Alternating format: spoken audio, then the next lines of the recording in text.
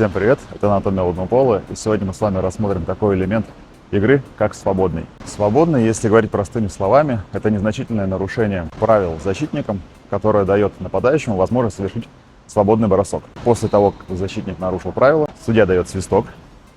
Одной рукой он показывает на место, где произошло нарушение, и второй рукой он показывает направление, куда играть.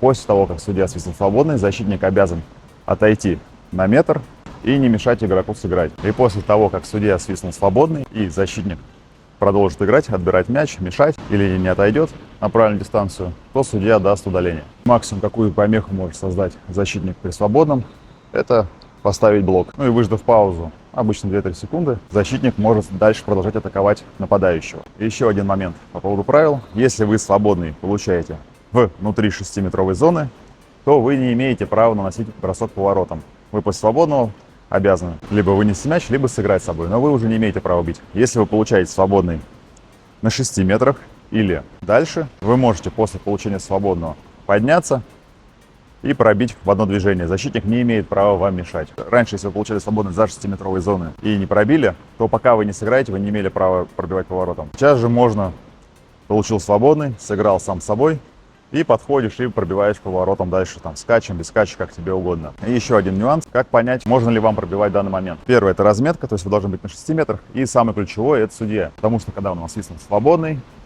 он, если вам можно бить, он поднимет руку. Если судья не поднимает руку, вы бить не имеете права. Часто еще судьи бывает, дают свободный, вы на него смотрите, часто он показывает, что нельзя пробивать, либо не поднимает руку. Поэтому обязательно, когда зарабатываем свободный, если вы не уверены в дистанции, это сколько там, 5,5-6 метров там плюс-минус, то обязательно смотрим на судью, судья вам поднимет руку и покажет, можете вы бить или нет. В чем нюанс правил и почему на этом строится так много ошибок и недопониманий между игроком и судьей. Когда нападающий владеет мячом и защитник его атакует, и пока мяч у игрока в руке, свободный судья не дает. Он может на меня залазить, он может меня топить, я буду играть и обыгрывать, мяч у меня в руке, свободного нет.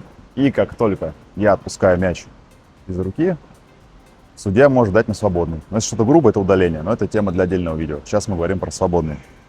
И на этом моменте, когда мяч в руке и мяч не в руке, строится, так сказать, вся хитрость игры, как и в нападении, так и в защите. Ну и теперь об ошибках. Первая, самая распространенная ошибка, ее делают как и в детском водном поло, так же и во взрослом водном поло, это, как у нас называется, выпрашивать свободный. Это когда вы у судьи просите свободный, и это выглядит так, как будто он обязан вам его дать. Но по факту, как нам всегда это говорил, и мне в детстве тренер, свободный надо заслужить. И его надо реально получить и заработать, а не просто так судья вам должен свистеть на каждый момент свободный. Как это обычно выглядит? Игрок с мячом, второй игрок его атакует, в принципе дело достаточно чисто, и второй игрок выпускает мяч из руки и ждет, что ему дадут свободный. Хотя по факту игрок, которого атакует, играет чисто.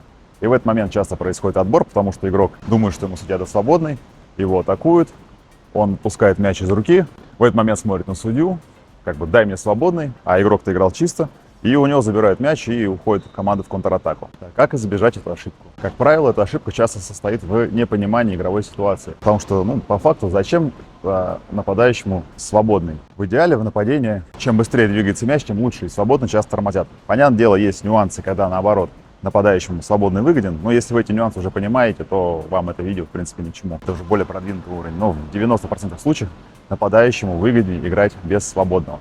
Поэтому, держа в голове, что мне, нападающему, в целом выгодно играть без свободного, а защитнику, наоборот, в большинстве процентов случаев выгодно вас задавить, потому что замедляет продвижение мяча, и товарищи по команде успевают реагировать на ситуацию на поле. Да, тоже, опять же, есть моменты, когда наоборот выгодно задавить. Это когда идет контратака, чтобы, так сказать, сбить тайминг, чтобы не успели вынести мяч, еще какие-то моменты. Но опять же, если вы все это понимаете, это видео не для вас. Поэтому, чтобы не выпрашивать свободный, поймите, зачем он вам. Он вам не нужен. Пытайтесь играть без свободного.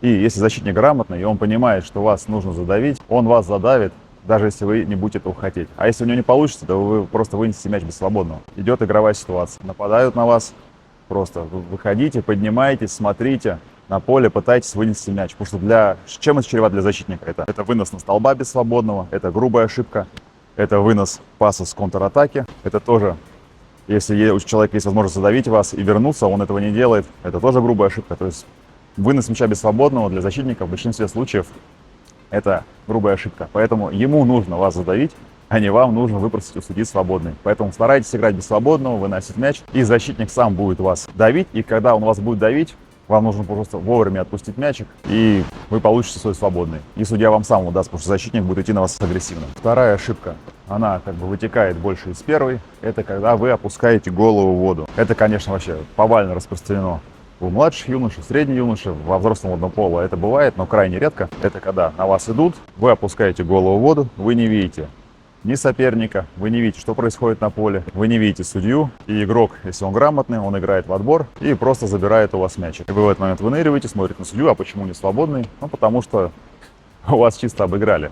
И на этом очень многие теряют и время, и мяч, либо, если даже мяч не теряет, просто теряет кучу времени, и на получение одного свободного у вас тратится очень много времени, что убивает вашу атаку.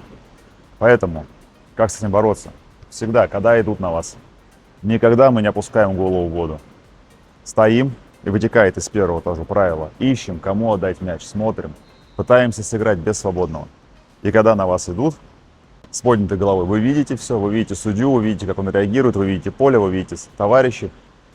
И игрок, как ни крути, это психологически работает. Когда он видит, что вы пытаетесь кому-то вынести мяч, он понимает, что вам это надо, а он не хочет, чтобы у вас что-то получалось в атаке. Поэтому он вас будет давить.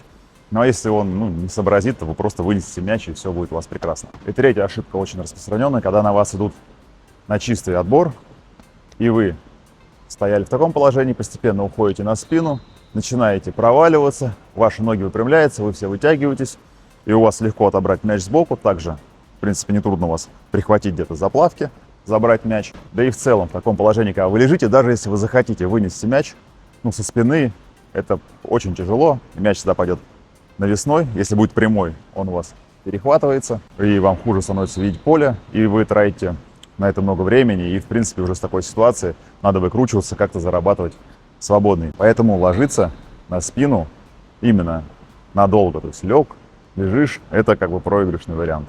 У вас рано или поздно либо заберут мяч, либо вы просто очень долго будете зарабатывать свой свободный. Да, чтобы избежать нам этой ошибки, когда мы с вами падаем на спину, что нам нужно? Мы должны стоять, вот наш с вами соперник стоит, чуть-чуть с небольшим наклоном вперед, левое плечо поднимаем, можем опираться на мяч, в зависимости от ситуации, ноги у нас под собой, и когда он нас давит, первое, не надо сразу падать назад, есть нюансы, когда можно уйти назад, но сейчас пока не про это.